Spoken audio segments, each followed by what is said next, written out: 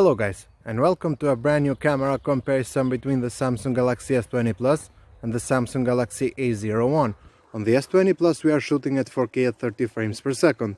On the A01 we are shooting at 1080p at 30 frames per second. Of course, I know that the S20 Plus has a much better camera, but it does cost $1200.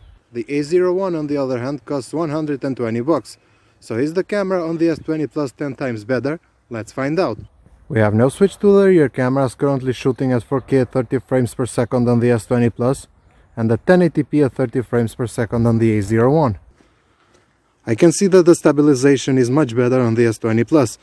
The A01 has almost no stabilization. Besides the main camera on the S20 Plus, we have also an ultra-wide camera, and you can see how much more you can capture in the frame.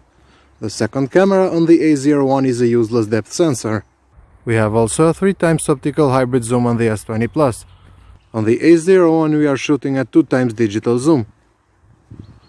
On the S20 Plus we have also a super steady mode. It does make the stabilization even better, but it only shoots at 1080p. Now let's start with some pictures using the front camera, and honestly there isn't much difference in quality here. Despite having only a 5 megapixel front camera, the A01 kept most of the details of my face, and it is even brighter than the S20 Plus. But of course the S20 Plus is sharper and has better colors. In this next shot I actually do prefer the picture from the A01. Sure, it isn't as wide and as sharp as the S20 Plus, but my face is better exposed. I was really surprised when I saw the results. In this case again the A01 held up very well. It did even expose the sky and kept the details of my face too. But of course I like the wider shot on the S20 Plus more. You can see in this case the A01 finally gave up. It didn't handle my face well in favor of keeping the sky good exposed. The S20 Plus isn't perfect, but it did prioritize my face over the sky. Switching to the rear cameras, the S20 Plus is sharper and has punchier colors. The A01 isn't bad either, but of course the colors aren't that great compared to the S20 Plus. The S20 Plus has also an ultra-wide camera, and the colors are even more vibrant compared to the main camera. There isn't a contest here. In this case again there isn't a big difference. The S20 Plus again is sharper and the colors are better, but not by a large margin. With the ultra-wide camera again you can capture much more in the frame. The A01 misses an ultra-wide camera, but considering its price, I am not complaining. The difference in quality is a lot pronounced when it comes to zoom. The S20 Plus has a 3x optical hybrid zoom, and of course it is much sharper. On the A01 we only have a digital zoom, and you can see even in 2x zoom it lost a lot of details. When I saw these two pictures side by side I was really shocked. The A01 is brighter compared to the S20 Plus. The trees are more visible on the A01, and even the dynamic range is also very similar.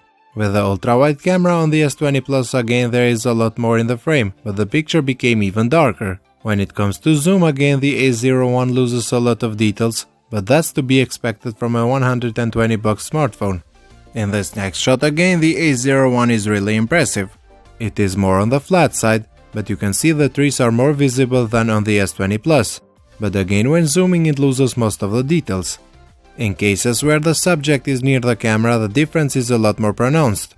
You can see the S20 Plus is sharper and has more contrast here. In this case again the S20 Plus has punchier colors, but again the A01 isn't far behind. When it comes to daylight pictures the A01 really did surprise me. In most of the shots the main camera isn't far behind the S20 Plus.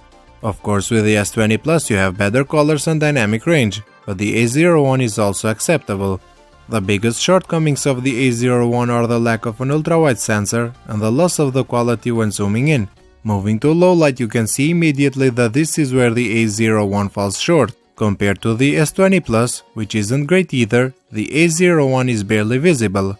In this next shot the S20 Plus did a really good job preserving the details of my face. The A01 made my face softer and it has a lot of noise. In this next case again the S20 Plus is very good. My face is sharp and in focus. The A01 was affected from the light in the background. When it comes to daylight, the front camera of the A01 wasn't far behind the S20 Plus, but in low light it totally failed. Switching to the rear camera again the A01 is much worse compared to the S20 Plus. And if we use the night mode on the S20 Plus the difference becomes even bigger. The text on the A01 is washed out, and on the S20 Plus is clearly visible. Again, in this case, the S20 Plus is brighter and sharper. You can see the trees in the background, while on the A01 everything is black. If we use the night mode again, the results are even more different.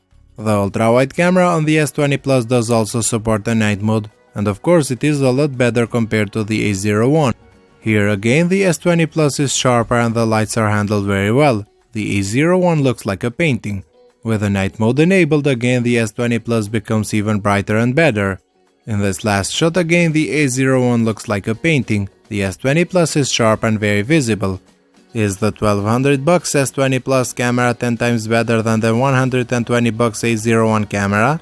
In daylight, no. The A01 did really surprise me in most of the shots.